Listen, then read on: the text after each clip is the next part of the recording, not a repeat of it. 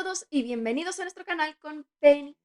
Y yo soy Mary y hoy os traigo la novela de Mi hermana asesina en serie de Oyinkan Braithwaite. Se trata de un thriller psicológico con toques satíricos por esta escritora nigeriana que es de hecho su novela debut, aunque cuando se publicó en Nigeria por primera vez en 2017 llevaba otro título, Thicker Than Water. Lo que pasa que cuando en 2018 se publicó en Estados Unidos se cambió el título por este que tenemos hoy. Tengo que decir que es un libro que pertenece a mi top 10 de thriller psicológico que podéis encontrar aquí arriba y que en España está siendo publicado por Ediciones Alfa de Kai con 200 páginas. En su publicación ganó varios premios y además estuvo en muchas listas de bestsellers precisamente por la frescura que aporta al género de los thrillers y aunque ha recibido algunas críticas por el hecho de que se trata de una escritora nigeriana y que no es representativa de los problemas que suceden en Nigeria, Braithwaite explica y se defiende diciendo que tenía ganas de escribir algo diferente que le gustase a ella y que tampoco es bueno que un mismo tipo de literatura domine siempre la literatura de su país y que es bueno que también haya variedad. Y es cierto que no dedica pasajes a describir o a examinar los problemas de Nigeria, pero tampoco es que los pase por alto, porque de hecho en el trasfondo sí que vemos los problemas endémicos y estructurales que tiene el país, no todos, sino los que atañen directamente a la protagonista. Como por ejemplo el hecho de que la policía sea tan corrupta, que los ciudadanos tengan miedo a la policía y que en realidad no la llamen cuando les pasa algo, porque actúan básicamente a base de sobornos. Por otro lado, la vulnerabilidad de ser mujer en esa sociedad, que todas ellas llevan siempre algún tipo de sistema de autodefensa para poder defenderse de los primeros de la policía. Después, las expectativas que tiene la mujer en ese país, como en muchos otros países, pero en Nigeria es donde pasa este libro, y las diferencias sociales y económicas que existe en la población tan abismales, que precisamente lo que dice la autora es que en una casa pueden tener internet y tecnología punta y a lo mejor en el barrio de al lado ni siquiera tienen agua corriente. Y los prejuicios que provoca entre los diferentes estamentos de la sociedad precisamente todo esto. Como os he dicho, es una novela muy fresca dentro del género que además es muy fácil de leer por la prosa de la escritora, pero también porque es una novela corta y además con capítulos que pueden ser muy cortos, incluso de unas cuantas líneas. Y eso es porque cada uno de ellos es en realidad una escena o un pensamiento o un recuerdo de la protagonista y que cuando se termina esa escena pues cambia de capítulo. Durante la narración se va alternando entre el presente y los recuerdos o flashbacks de cosas pasadas de su vida con su hermana, su madre y su padre. Podemos estar o no de acuerdo con el final, a mí pues no me termina de convencer, pero claro, tampoco es mi cultura y no sé realmente cómo de realista es. Pero sin duda, en general es un buen cambio de ritmo, es un libro que se lee muy rápido y se disfruta también. Está escrita en primera persona subjetiva desde el punto de vista de la protagonista de Korede, que es una chica de poco más de 20 años que vive en Lagos, Nigeria, y que es enfermera en un hospital de allí. Proviene además de una familia adinerada, por lo que pertenece a esa parte de la sociedad nigeriana que vive en el lujo y que tiene acceso a todo lo que tenemos acceso en Occidente, pero la cosa es que tras la muerte de su padre hace unos años, en realidad se han quedado prácticamente sin dinero y tienen que ir pagando las facturas como pueden, precisamente para poder mantener su estatus social. Korede, al ser la hermana mayor, siempre ha sido responsable y ha tenido a cargo a su hermana, a Ayola, hasta el punto de que es ella la responsable de todo lo que hace Ayola y sus padres siempre la han responsabilizado de ello. Y por lo que da a entender es algo que se espera de esta sociedad. Aunque quiere muchísimo a su hermana porque ha vivido muchas cosas con ella, eventos muy traumáticos, lo cierto es que también le tiene envidia. Primero porque si están las dos, ella siempre pasa a un segundo plano, a pesar de que ella es mejor en todo, precisamente porque Ayola tiene un físico perfecto que llama mucho la atención y que sabe usar precisamente para lo que quiere. O sea, para que os hagáis una idea, su forma de ganarse la vida es haciendo ropa y colgando fotos en Instagram que las chicas cuando lo ven pues se piensan que les va a quedar como le queda a ella y vende la ropa así.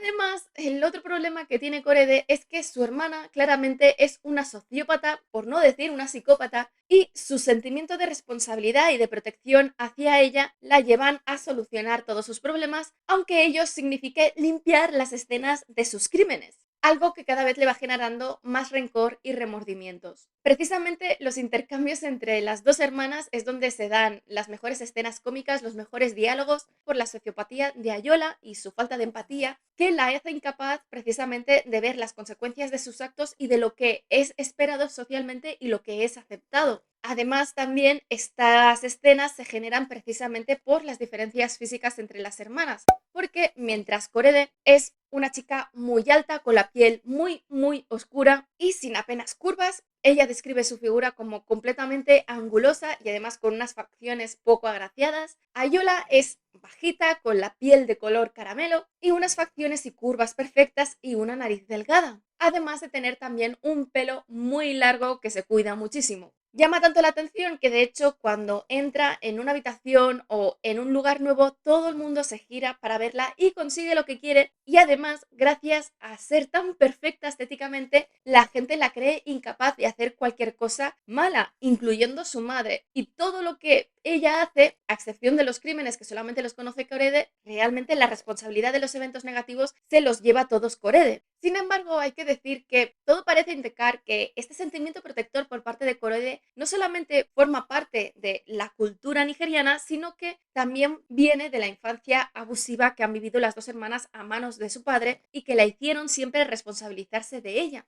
Y es que su padre, que se presentaba al mundo como una persona carismática, es un hombre que amasó una gran fortuna con negocios ilegales, como mucha gente en Nigeria, pero el caso es que en casa era un monstruo completamente, por lo que a lo largo de la novela se irán desvelando diferentes escenas con su padre y su temperamento para así poder entender lo que se nos deja claro desde el principio, que es que su padre murió de forma prematura y que no fue un accidente. La autora se centra sobre todo en desarrollar psicológicamente a estas dos hermanas que son tan diferentes entre ellas y nos plantea continuamente la pregunta verbalizada por diferentes personajes o incluso por la propia autora al final de que quién es peor realmente de las dos hermanas. Ayola, que es una psicópata y que mata prácticamente sin querer, sin que ello le suponga ningún tipo de remordimiento o de responsabilidad moral, y siempre con el cuchillo favorito de su padre que lleva siempre encima por si le viene la ocasión de tener que matar a alguien, o bien Korede, que claramente tiene remordimientos, pero que se dedica a esconder y tapar todo lo que hace su hermana. Y ya no es porque si la policía la pilla, lo que te pasa en una prisión nigeriana, especialmente si eres una mujer bonita, pues bonito no es precisamente, sino porque tampoco toma ninguna acción para evitar que Ayola siga matando. E incluso le explica cómo pasar desapercibida su falta de empatía y le dice cómo tiene que actuar socialmente para no despertar sospechas. La escritora narra todo esto de una forma como si estuviese describiendo siempre eventos completamente cotidianos que se van sucediendo, incluyendo las escenas con tensión o con muertes, como si estuviese realmente hablando del tiempo o de lo que han comido, y precisamente este juego es una de las cosas que genera la sátira, contrastando por ello con otras obras del género que utilizan la forma normal de generar esta tensión en el lector. Y tengo que decir que seguramente la forma en la que se retrata a Ayola no deja de ser realista de aquellos asesinos en serie que están completamente integrados en la sociedad, que tienen una familia y una vida normal y que simplemente matan como si tal cosa y es como un hobby que esconden. Mientras Korede está estresada todo el día por todos los eventos que suceden, Ayola simplemente disfruta de la vida, es egoísta, piensa en ella misma, no tiene ningún tipo de remordimientos, buscando su comodidad y satisfacción sin importar pues a quién afecten sus actos, ni siquiera a su hermana. Además, es un libro que también destaca por los vistazos de la sociedad nigeriana, porque si bien no hace un esfuerzo en denunciar lo que sucede allí, tampoco esconde las cosas feas que pasan y además deja claro su origen por el hecho de que no solamente imita la forma de hablar de los nigerianos en inglés, sino que además va incluyendo de vez en cuando palabras y frases en yoruba, aunque tengo que decir que no están traducidas y si bien es cierto que normalmente podemos deducir qué es lo que dicen, hay un par de veces que no y que no iría mal pues un asterisco y decirnos qué es lo que están diciendo. En cuanto a la reseña en sí, os voy a hablar solamente del principio, menos de lo que se dice en la sinopsis. He visto incluso reseñas que prácticamente lo explican todo, así que es cierto que es una novela corta, pero si es una novela corta tienes que explicar menos, para que luego os quejéis de mí. La novela empieza ya con uno de estos capítulos cortos porque de hecho solamente tiene 3 líneas, dejando claro ya el tono del libro, con Ayola llamando a Korede y diciéndole: Korede, lo he matado, y la reflexión de Korede de que esperaba no escuchar estas palabras nunca más. El siguiente capítulo, de hecho, pasa al modo práctico a esta narración cotidiana que os he dicho porque es Korede explicando los milagros de la lejía para limpiar una escena del crimen, especialmente en un país en el que la policía pues no tiene precisamente un método científico ni investigadores que sepan encontrar sangre. Está claro en esta novela que en cualquier otro país que tengan un sistema policial y judicial que funcione más o menos bien, las hubiesen pillado enseguida. Describe así la escena de forma completamente clínica, los productos de limpieza que utiliza para limpiar el baño donde se ha producido el crimen, donde ha muerto la última víctima de su hermana, un joven adinerado y de éxito llamado Femi, con el que salía desde hacía un mes y que ella ni siquiera había llegado a conocer, y que su hermana le ha dicho que ha matado también en defensa propia.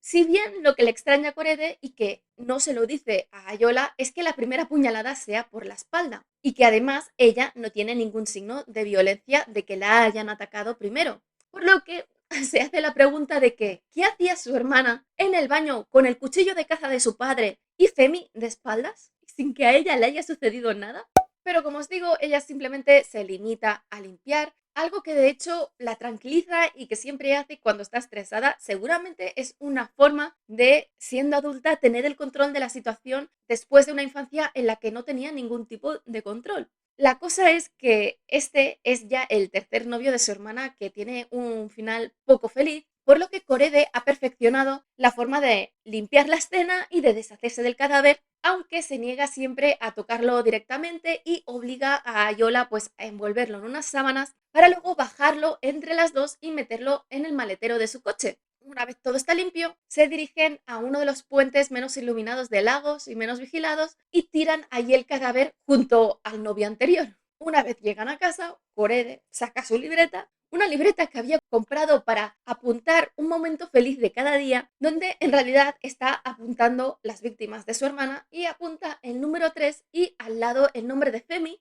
y se frustra cuando se da cuenta lo poco que le importa a su hermana lo que acaba de suceder, ya que ni siquiera se acuerda del apellido de Femi y no puede escribirlo. Pero en este caso, mientras Korede pudo creer que en los dos casos anteriores su hermana pudiese haber actuado en defensa propia, aunque más bien quería creerlo, duda seriamente de que en este caso sea así, precisamente por la condición impecable tanto de Femi en su persona como de su piso, y precisamente por ello se dedica a investigarlo por las redes sociales y descubre que era una persona sensible, que de hecho se dedicaba a escribir poesía, y todos los comentarios que tienen todas sus fotos son positivos y de muchos amigos, cosa que la hace sentirse terriblemente culpable, un sentimiento que no había tenido tanto con los otros dos. Precisamente por ello, a lo largo del libro, pues serán recurrentes los recuerdos de Femi y de su cuerpo descomponiéndose en el río y de la persona que podría haber sido si siguiese vivo. Otra diferencia de Femi con respecto a las víctimas anteriores de su hermana es que tiene una familia con muchos recursos como la suya y además que se preocupa por él, por lo que empiezan una campaña en las redes sociales de qué ha pasado con Femi, y además la policía se interesa por el caso precisamente porque seguramente la familia le está pagando. Algo que asusta terriblemente a Korede de que sean descubiertas, pero a pesar de todo eso, tiene que frenar a su hermana en sus interacciones sociales porque el mismo día que ha matado a este chico, pues está ya a punto de subir una foto a Instagram de ella posando, explicándole que tiene que dar muestras de pena porque su novio ha desaparecido y no sabe qué le ha pasado, así como mantener esta fachada de pena cuando hable con la familia y la policía, de no mostrarse alegre. Pues que realmente ella está alegre porque le importa todo, pues un pepino, porque encima de no darse cuenta de las consecuencias y de la gravedad de los hechos, encima acusa a Korede de que cuando la mira solamente ve un monstruo y que a eso se le llama victimización, porque eso es lo que es ella, una víctima de las circunstancias, que solamente tiene novios que le intentan hacer daño y que ella se tiene que defender con el cuchillo que siempre lleva encima. En este punto, Korede de hecho está intentando entender qué es lo que pasa por la cabeza de su hermana y lo único que se le ocurre es pedirle el cuchillo de su padre porque tiene la idea de que si no tiene el cuchillo pues no va a matar. Sin embargo, Ayola le dice que no quiere renunciar a él porque es lo único que le queda de su padre, lo cual Korede no le compra, primero porque ninguna de ellas quería a su padre precisamente por el trato que recibían, y segundo que duda mucho de la capacidad que tiene su hermana de tener ningún tipo de sentimiento. Estos capítulos con su hermana se van alternando con escenas de Korede en el hospital, en su trabajo como enfermera, donde se pone nerviosa, ya no porque teme que descubran los asesinatos de su hermana, sino porque el resto de enfermeras no hacen su trabajo y solamente quieren cotillear, y además el personal encargado de la limpieza pues tiene deficiencias en su higiene, por lo que duda de su capacidad para limpiar. Por lo que ella es la única que parece eficiente en su trabajo y que intenta mantener un mínimo de orden y control.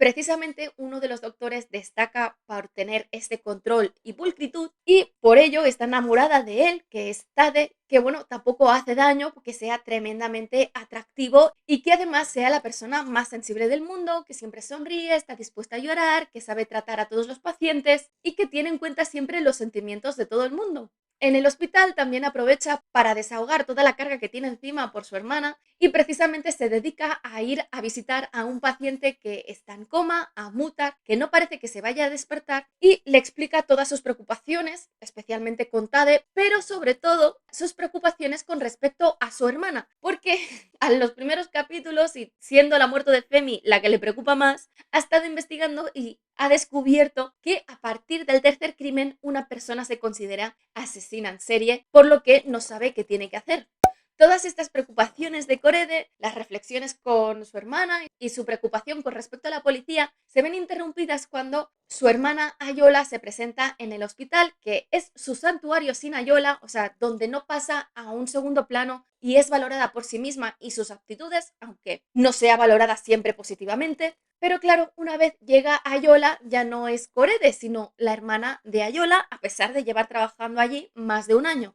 Y sus peores pesadillas se cumplen cuando no puede evitar que Tade se encuentre con su hermana y, como todos los hombres que se cruzan con ella, se obsesione inmediatamente con salir con ella, algo que la enfada aún más el hecho de que no se haya fijado en ella, que no la vea por quién es y que Tade, con la sensibilidad que demuestra con todo, no se dé cuenta del peligro que tiene Ayola y de que la fachada que presenta no tiene nada que ver con ella y que hay algo que no funciona bien en su cerebro. Y por supuesto teme que se convierta en la víctima número 4. En este punto, pues Korede deberá decidir si proteger a Tade y frenar a su hermana o bien dejar que sigan los acontecimientos como ha estado haciendo hasta ahora. Como os he dicho, todo esto se irá mezclando también con diferentes flashbacks en referencia al padre y a su muerte y de cómo esta infancia abusiva que sufrieron las dos las ha afectado de diferentes maneras, incluyendo a su madre, que es quien recibía las peores palizas físicas de su padre, que sobreprotege en especial a Ayola precisamente por ser la pequeña y de ser físicamente angelical y perfecta. Y bueno, eso es todo, espero que os haya gustado. Si es así, dadle al like, dejad comentarios, que ya sabéis que siempre los contesto. Si no estáis suscritos, suscribíos y sobre todo, dadle a la campanilla para que YouTube tenga la posibilidad de avisaros de cuando cuelgo nuevos vídeos. Y ya os aviso que los siguientes dentro del ámbito de la literatura van a ser La esfera luminosa de Cixin Liu, El retrato de Dorian Gray de Oscar Wilde y Aprendiz de asesino de Robin Hood. Y en el ámbito de los cómics, el segundo integral de Hellblazer guionizado por Garcenis y Superman, Identidad secreta de Kurt Busiek. Nos vemos en el siguiente vídeo.